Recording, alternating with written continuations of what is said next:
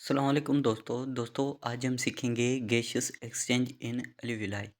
The gaseous exchange take place at the level of alveoli. Alveoli में जो gaseous exchange जो level होती है, जो उसमें क्या क्या होते हैं।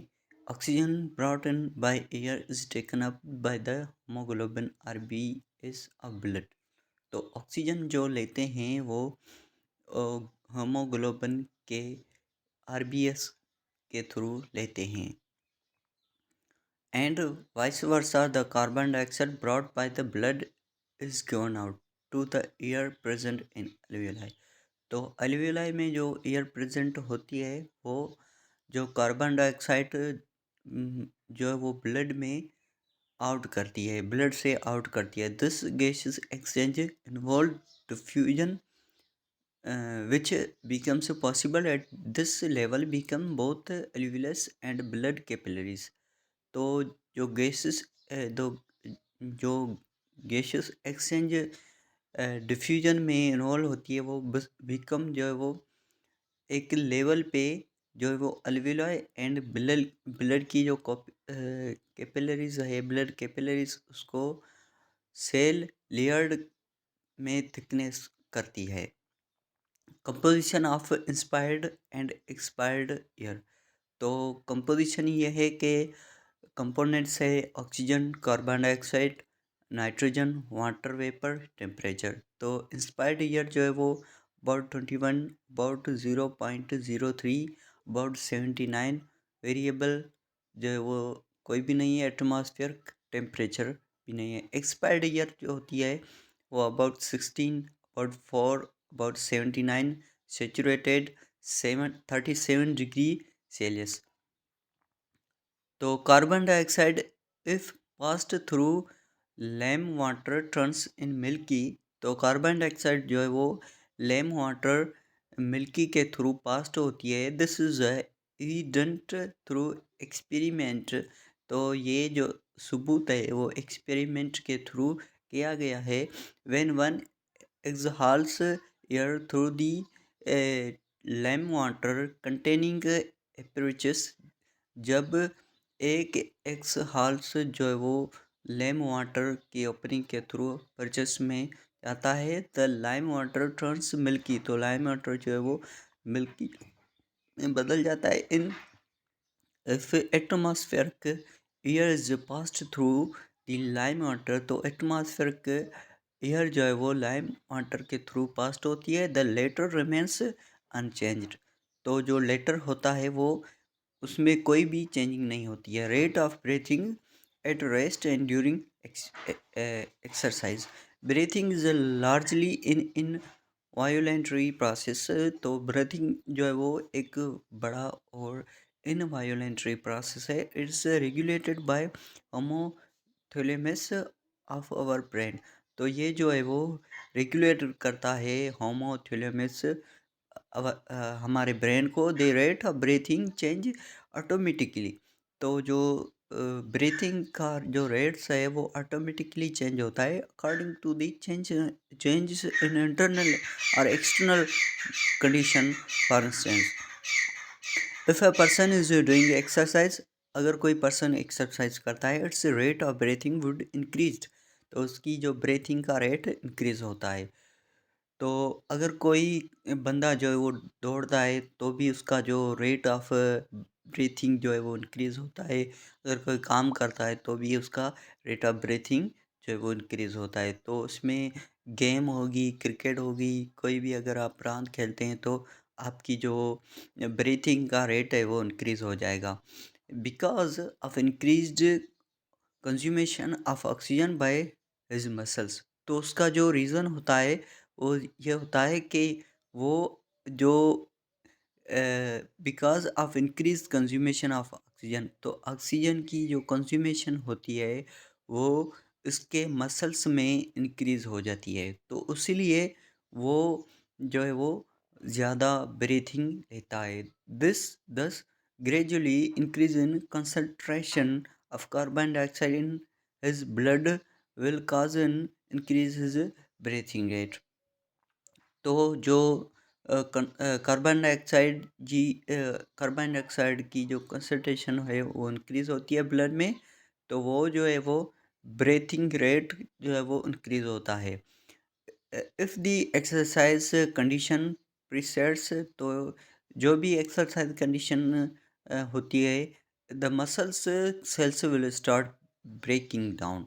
तो मसल्स सेल जो है वो ब्रेकिंग मतलब टूटना शुरू होता है। ग्लूकोज विदाउट ऑक्सीजन, तो वो ग्लूकोज में टूटना शुरू होता है विदाउट ऑक्सीजन के। It is termed as anabolic इनो एनारोबिक रेस्पिरेशन, तो उसको हम एनारोबिक रेस्पिरेशन कहते हैं। As a result of this, इसकी रिजल्ट में lactic acid is formed in the muscles rather than carbon dioxide.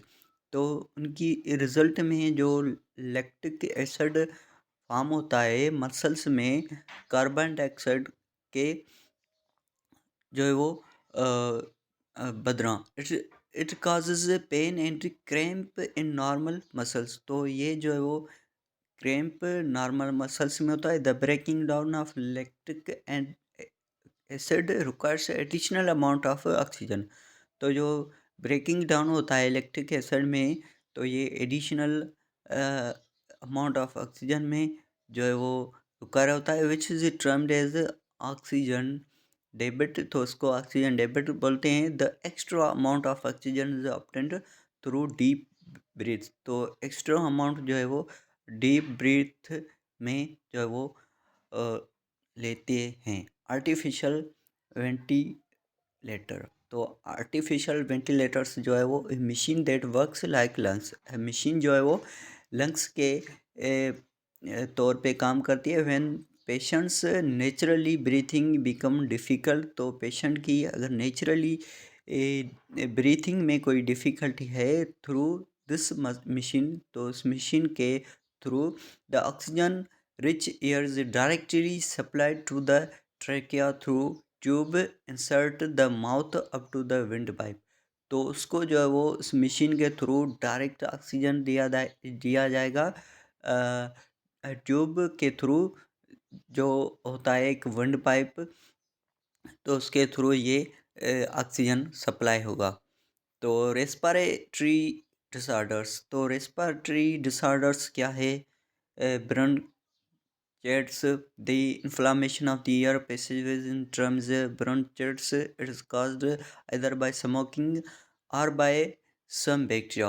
तो जो ब्रोंचाइटिस होती है वो एयर पैसेज होती है, उसको ब्रोंचाइटिस कहते हैं। इट्स जो कास्ड होती है स्मोकिंग और उसी कुछ बैक्टीरिया की जो वजह से। इट इज़ करेक्टराइज्ड बाय कफ, तो उसका जो नतीजा होता है वो कफ होता है। Increased मॉक्स secretion, shortness of breathe and lower low fever, तो जो सांस में शॉर्टनेस होती है और थोड़ा सा जो है वो बुखार होता है।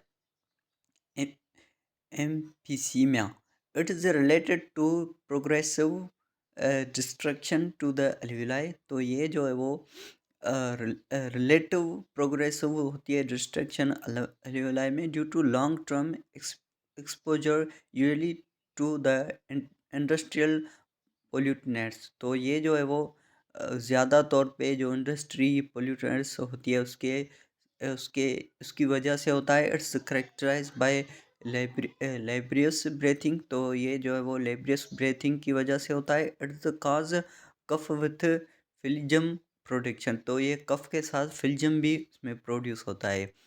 pneumonia, it's infection disease usually caused by special bacteria, तो ये जो है वो स्पेशल बैक्टीरिया वायरस और fungi in pneumonia the alveoli are infected is they में filled with the fluid or pus.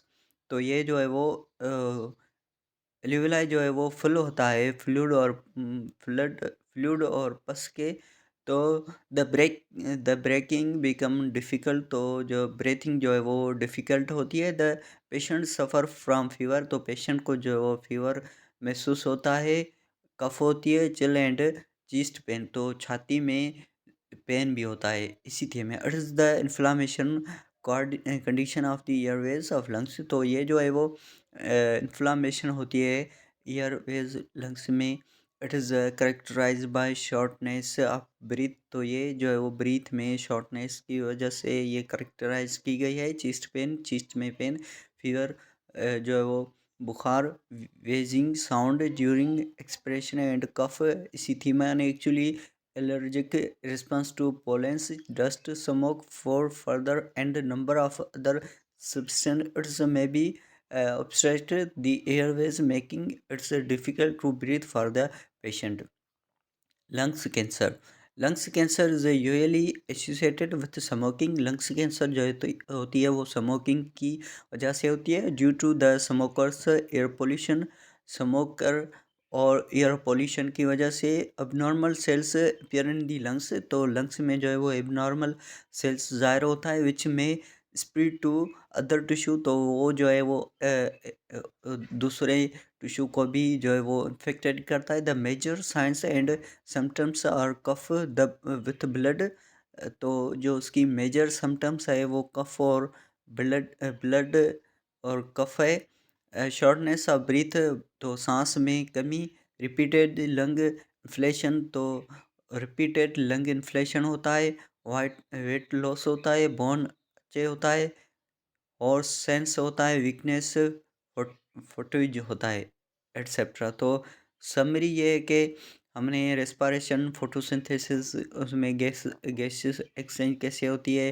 तो प्लांट्स में लिविंग ऑर्गेनिज्म फोटोसिंथेसिस कैसे ग्रीन प्लांट्स में होती है। तो ये सारा कुछ इसकी समरी है। तो उसके अलावा जो एक्सरसाइज है तो उसका हम जो एक सेपरेट वीडियो बनाएंगे जिसमें हम जो है वो कुछ इस चैप्टर का एमसीक्यूज़, कुछ और एमसीक्यूज़ इंक्लूड करेंगे। तो ये था इतना ही वीडियो। तो मिलते हैं किसी नेक्स्ट वीडियो में।